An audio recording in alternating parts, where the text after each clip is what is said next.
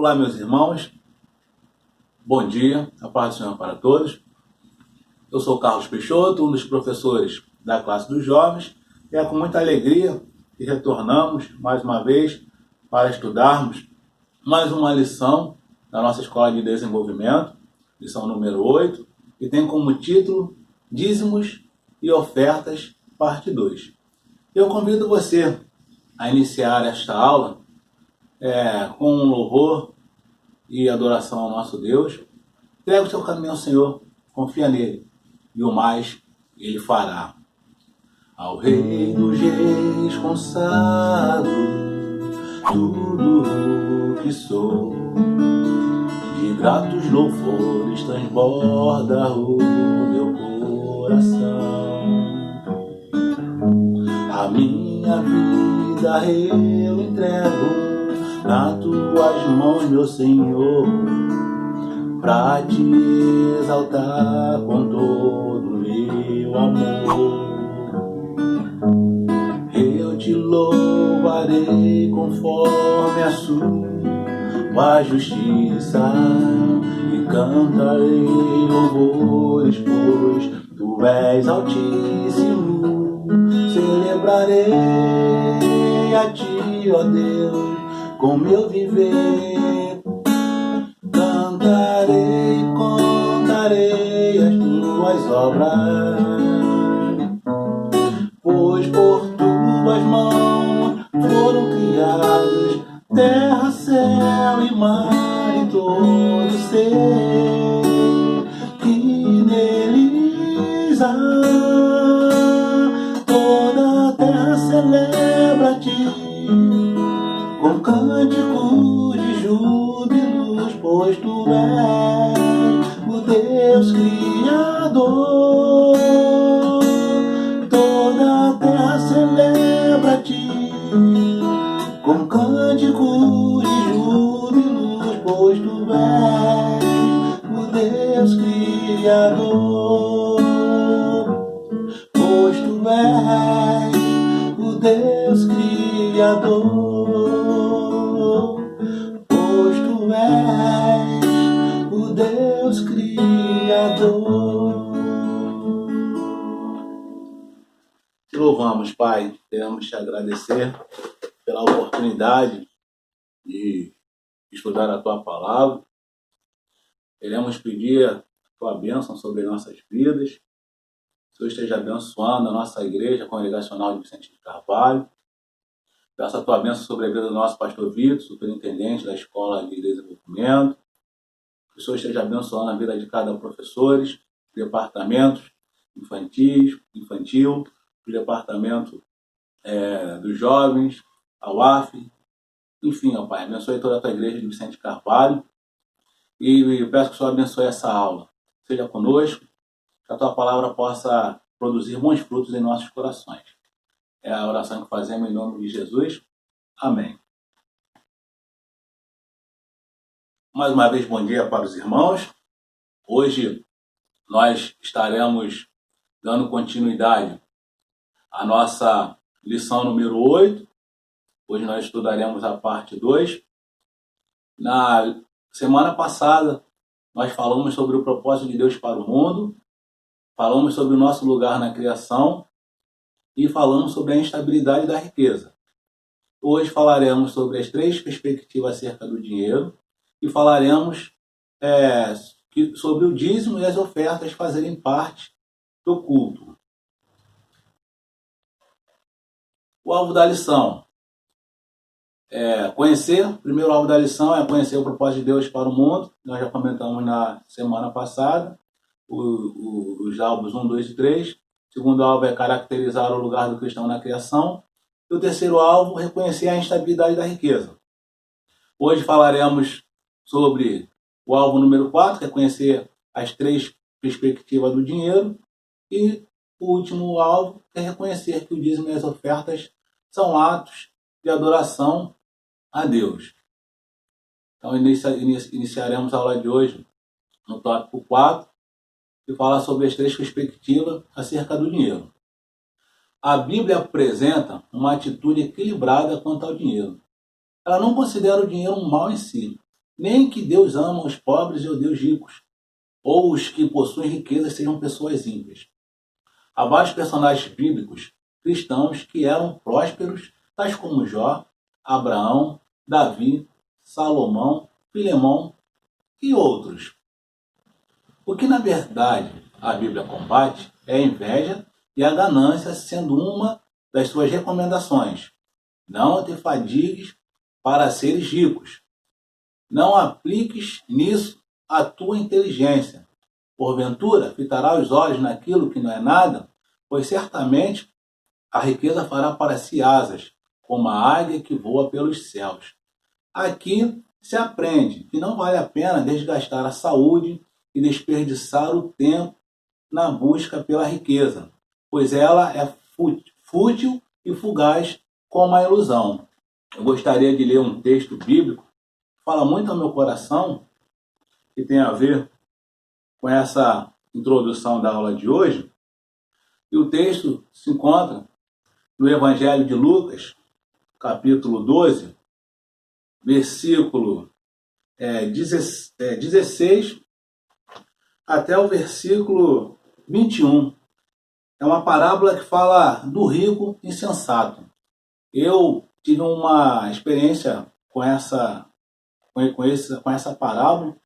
Eu me converti porque eu fui evangelizado com um folheto que falava sobre essa parábola, e a palavra de Deus entrou no meu coração, porque eu fiquei muito reflexivo com essa parábola. Vamos ler.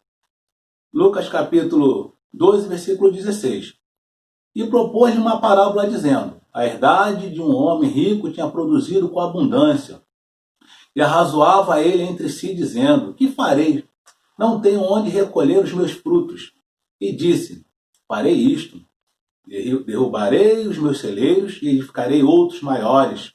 E ali recolherei todas as minhas novidades e os meus bens. E direi à minha alma: alma, tens em depósito muitos bens para muitos anos. Descansa, come, bebe e folga. Mas Deus lhe disse: louco, esta noite te pedirão a tua alma. E o que tens preparado? Para quem será? Assim é aquele que para si ajunta tesouro e não é rico para com Deus. Então essa é uma parábola que fala muito ao meu coração, porque nós, cristãos, nós não temos que ficar nos preocupando com a riqueza. Nós já vimos no início do tópico 4, que não é pecado ser rico, você pode ser rico, você não precisa ser pobre para ser salvo, mas o teu coração tem que estar em Deus. O teu coração não pode estar nas riquezas, em bens materiais, coisas que passam. Então que na aula de hoje a gente possa entender que Deus, ele tem que estar em primeiro lugar nas nossas vidas. Então falaremos sobre 3 perspectivas doutrinárias dominantes sobre o dinheiro. A perspectiva da pobreza, a perspectiva da prosperidade e a perspectiva da mordomia. Perspectiva da pobreza exprime uma rejeição ao mundanismo, simbolizado pela obsessão do homem com o dinheiro. Além disso, acredita que os bens materiais se constituem numa maldição. Há um forte desejo de ajudar os pobres, porém as pessoas têm pouco o que ofertar. Alguns cristãos ricos que se sentem culpados também podem se encaixar nesta categoria, especialmente se herdarem a riqueza. Sua principal base bíblica é Lucas 18, do versículo 18 ao 22, que fala sobre o jovem rico. Jesus fala para ele vender tudo que tem e seguir a Jesus. Então muitas pessoas usam esse texto para às vezes, justificarem que você não pode possuir riqueza e ser um cristão. Mas, na verdade, não é isso que a Bíblia fala. Os erros básicos dessa perspectiva são achar que é necessário ser pobre para ser humilde e não compreender a ordem de Deus para que seja trabalhador e use as suas aptidões na proporção recebida. A segunda perspectiva é a perspectiva da prosperidade. Os adeptos dessa perspectiva admitem que a prosperidade é a recompensa dos justos e acreditam que quem não tem é porque não pede ou não reivindica a Deus, o dono de tudo. Pensam que as pessoas que não experimentam as bênçãos financeiras e materiais não possuem fé ou estão em pecado. Muitos partidários desse ponto de vista vivem estilos de vida bastante consumistas. O texto bíblico de destaque é Mateus capítulo 7, versículo 7 e 8. Aquele versículo muito conhecido: pedi, dá-se-vos-á, buscar, encontrarei, bater, abrir-se-lhe-á, o que pede, recebe, o que busca, encontra, enfim. Usam esse texto para justificar que o cristão ele não pode passar necessidade, para justificar que o cristão, alguns usam também Deuteronômio 28, para falar que o cristão tem que ser cabeça e não cauda, e por isso o cristão tem que estar sempre nos altos cargos, o cristão tem que ter o carro do ano, o cristão tem que ter casas no bairro nobre, mas na verdade também não é isso que a palavra de Deus diz. Nosso Senhor Jesus, que é o nosso maior exemplo, a Bíblia fala que ele não tinha onde reclinar a cabeça. Então, infelizmente, as igrejas que pregam a prosperidade, eles usam alguns textos para convencer os irmãos a muitas das vezes ofertarem muito, a barganharem com Deus, mas na verdade, às vezes usam texto falando de contexto para satisfazer as suas vontades. Então, sendo o seu lema dar para receber, o Evangelho da Prosperidade cria uma transação que é imposta sobre Deus, na qual ele é obrigado a abençoá-lo. Esse conceito não leva em conta os seus motivos, se você está ou não vivendo em pecado e o plano de Deus para a sua vida. Existem alguns segmentos que acham que podem até realmente dar ordem a Deus. Tem cristão que não aceita certas situações, mas na verdade a Bíblia fala que tudo que Deus faz é bom, todas as coisas cooperam para aquele que ama a Deus, e nós muitas vezes passamos problemas sim, às vezes ficamos desempregados e passamos necessidade sim, mas o que nós temos que entender é que o Senhor ele nos satisfaz. E lembrar de Mateus capítulo 6, que fala sobre a ansiosa solicitude da vida, que fala sobre as aves, fala sobre os lírios, e fala para lançarmos sobre ele toda a nossa ansiedade, que ele tem cuidado de nós. É isso que a Bíblia fala. E temos também a perspectiva da mordomia. Nessa perspectiva, os bens materiais são uma responsabilidade dada por Deus, em diversas proporções aos seus filhos, e são considerados mordomos ou despenseiros. O fundamento bíblico é Mateus, capítulo 25, versículo 14 ao versículo 30, que fala sobre o Senhor que saiu, foi viajar, e ali ele dá 5 talentos para um dos seus servos, para outro servo ele chama e dá 2, e o último ele dá 1 talento. E aquele servo que recebeu 5 talentos, ele vai lá, trabalha, e ali ele consegue multiplicar aquele talento, que era 5, passa a ser 10. O outro servo, que era 2, também multiplica, trabalha, se esforça, acorda cedo, estuda, e ali ele consegue multiplicar também o seu talento. E o que recebe 1, sabia que o seu chefe era rigoroso, ele esconde o talento para devolver aquele talento para o seu senhor quando o seu senhor retornasse. Quando o senhor retorna, ele fica muito chateado com o que recebeu 1. E então essa perspectiva da mordomia é sobre isso. Como é que nós estamos cuidando das coisas de Deus? Como é que temos lidado com os talentos que Deus tem nos dado? Será que podemos nos comparar com um servo que recebeu 5? Ou com um servo que recebeu 2? Ou aquele servo que recebeu 1 e está ali guardando o talento para devolver ao Senhor? Para que você possa refletir também sobre essa mordomia, perspectiva da mordomia, e que você possa ter zelo pela obra de Deus, que você possa se esforçar, que você seja um adorador por excelência. Eu estou fazendo aula de violão, estou estudando violão há pouco tempo aí, e o meu professor ele perguntou, né, a diferença entre um músico medíocre e um músico que faz as coisas por excelência. E ele falava que o músico medíocre é aquele que sabe tocar, faz ali o que tem que fazer, mas não faz o seu melhor. E o músico, o servo de Deus, que serve ao Senhor por excelência, ele às vezes não é tão capacitado, mas ele sempre vai fazer o melhor que ele pode.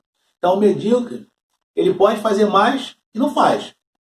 E o servo de Deus, que adora ao Senhor com excelência, é aquele que mesmo não sendo muito capacitado, ele vai fazer o melhor que ele pode. Morley comenta essa doutrina afirmando que o despenseiro ou mordomos acreditam que Deus possui e controla tudo. Bens materiais são um privilégio, não um direito. O despenseiro desiste dos seus direitos. Ele entende que os bens materiais são uma responsabilidade dada em proporções diversas, dependendo das aptidões inatas, dadas por Deus, que a pessoa tem e de sua fidelidade e obediência em seguir os princípios bíblicos. O despenseiro acredita que a prosperidade resulta da fidelidade que administra os seus talentos, dados por Deus, conforme o seu exclusivo critério. O objetivo do despenseiro é ser sábio ao conduzir os negócios de Deus. Não é intentando acumular riquezas ou renunciá-las. Por outro lado, a doutrina da mordomia incorpora o melhor das doutrinas da pobreza e da prosperidade, incluindo as belas promessas das bênçãos de Deus e as recomendações para se cuidar dos pobres. Ser mordomo é uma atitude, um estilo de vida que enfoca a fé em defender os nossos interesses e os interesses dos outros.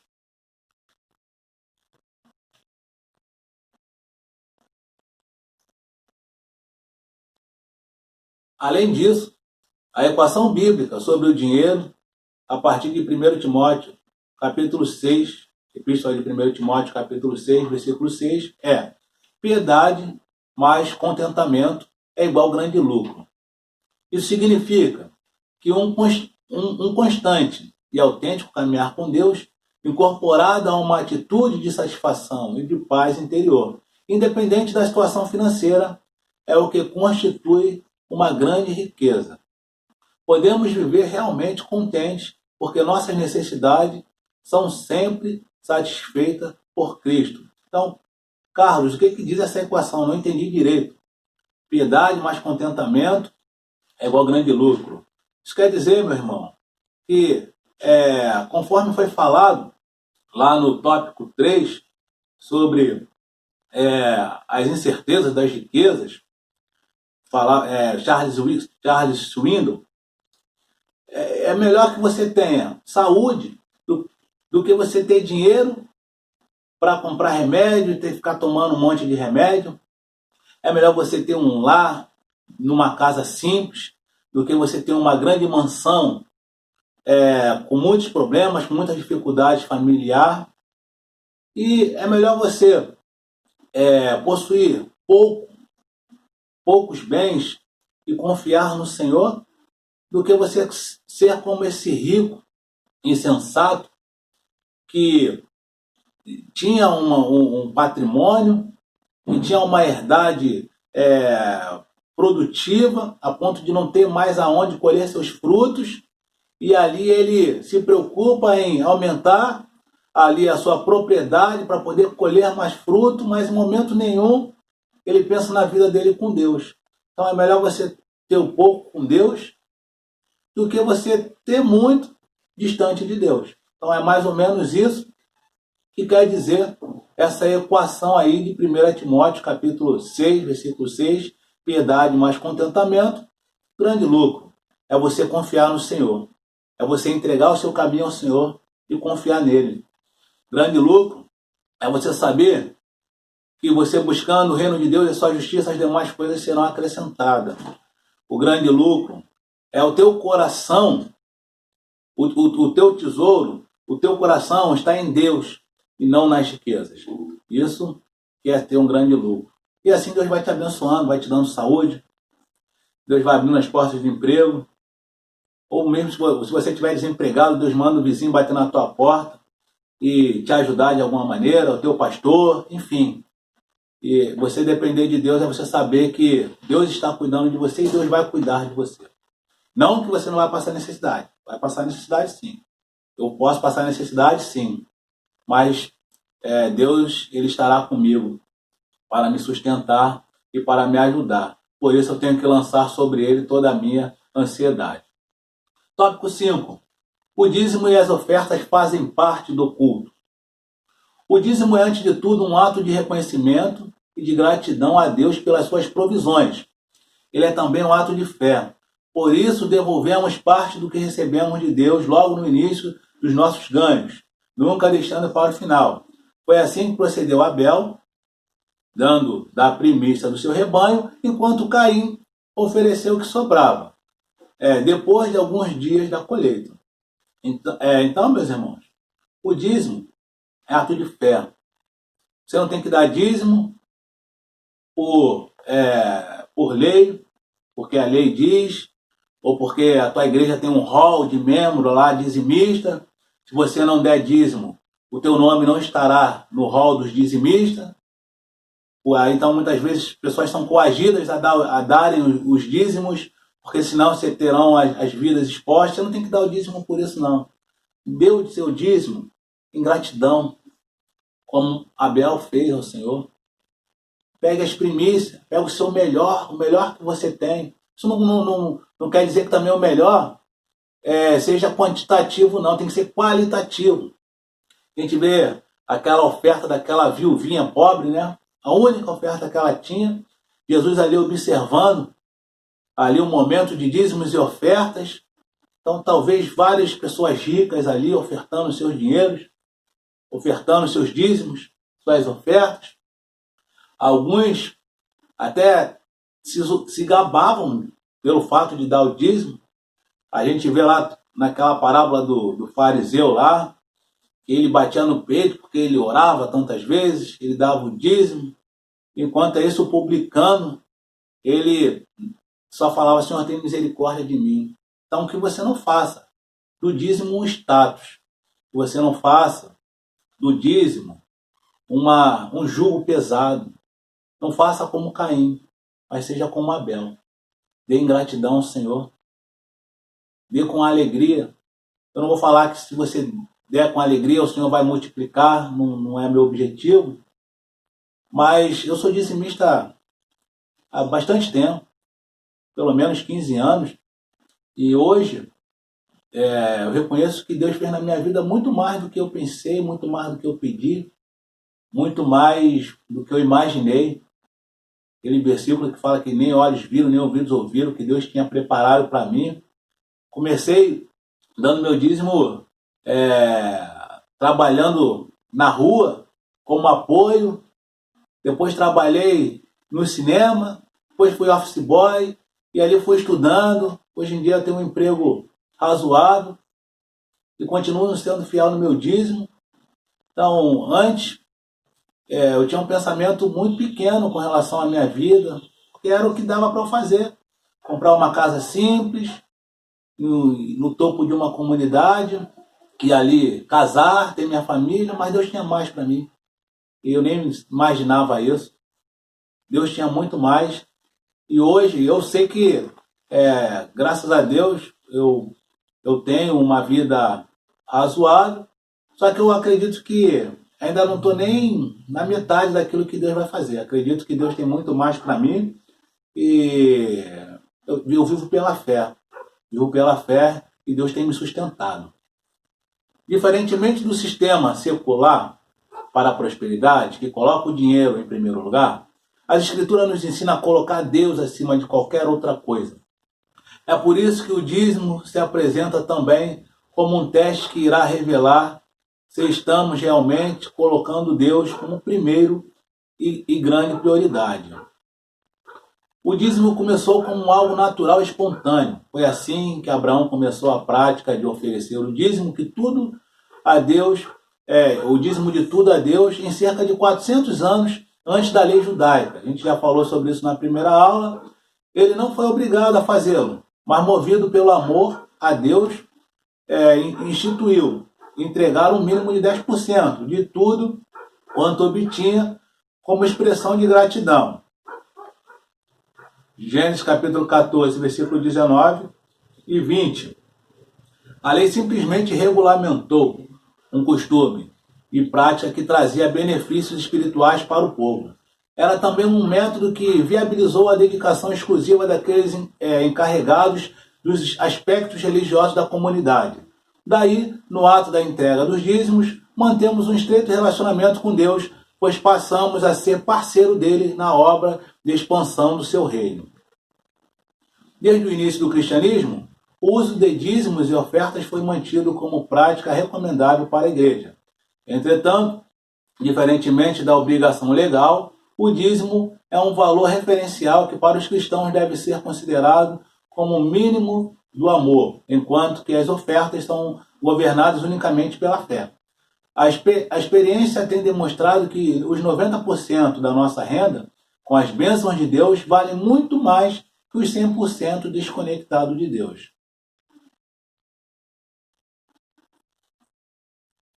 O texto de Malaquias, capítulo 3, versículo 8 a 11, é básico para alguns pontos relacionados com o dízimo.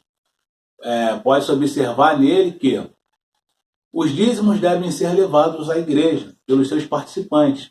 A igreja não vai fazer cobranças pessoais aos seus membros para a coleta dos dízimos. Devemos entregar os dízimos na igreja porque é o lugar onde somos alimentados espiritualmente. B. Todos os dízimos devem ser entregues à igreja, que os administrará conforme a orientação divina. Não é correto dividir o dízimo entre vários destinatários dentro da esfera religiosa, pois o dízimo é do Senhor e não nosso. C. As ofertas podem ser destinadas aos vários ministérios, conforme a nossa sensibilidade e voluntariedade para apoiá-los. Elas são valores suplementares aos nossos dízimos e não parte integrante deles. E D. Somos abençoados incomensuravelmente quando somos fiéis a Deus.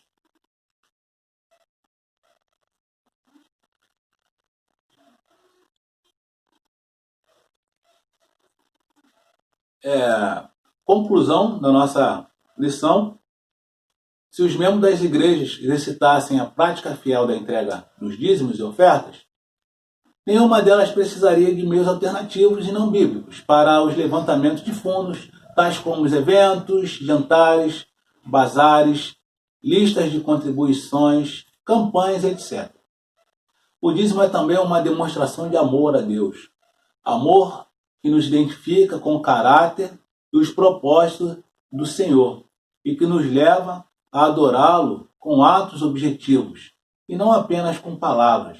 Então que você, nesta manhã, possa se conscientizar de que a igreja ela precisa das nossas contribuições.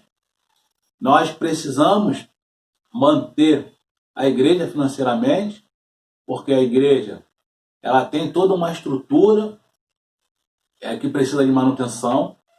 A igreja ela possui seus funcionários. A igreja possui suas despesas fixas, como água, luz, telefone, etc. Além disso, a igreja também ela mantém os missionários no campo pregando o evangelho de Deus. E os missionários são pessoas que muitas vezes abandonaram seus empregos, deixaram suas casas nos estados em que moravam e estão pregando o evangelho distantes, muitas vezes, das suas famílias e também em locais no qual eles precisam também se manter ali, precisam pagar os aluguéis de sua casa, também suas despesas. Então, por isso, a nossa igreja, a Igreja Congregacional de Vicente Carvalho, ela também tem esse compromisso com os missionários que estão no campo pregando a palavra de Deus.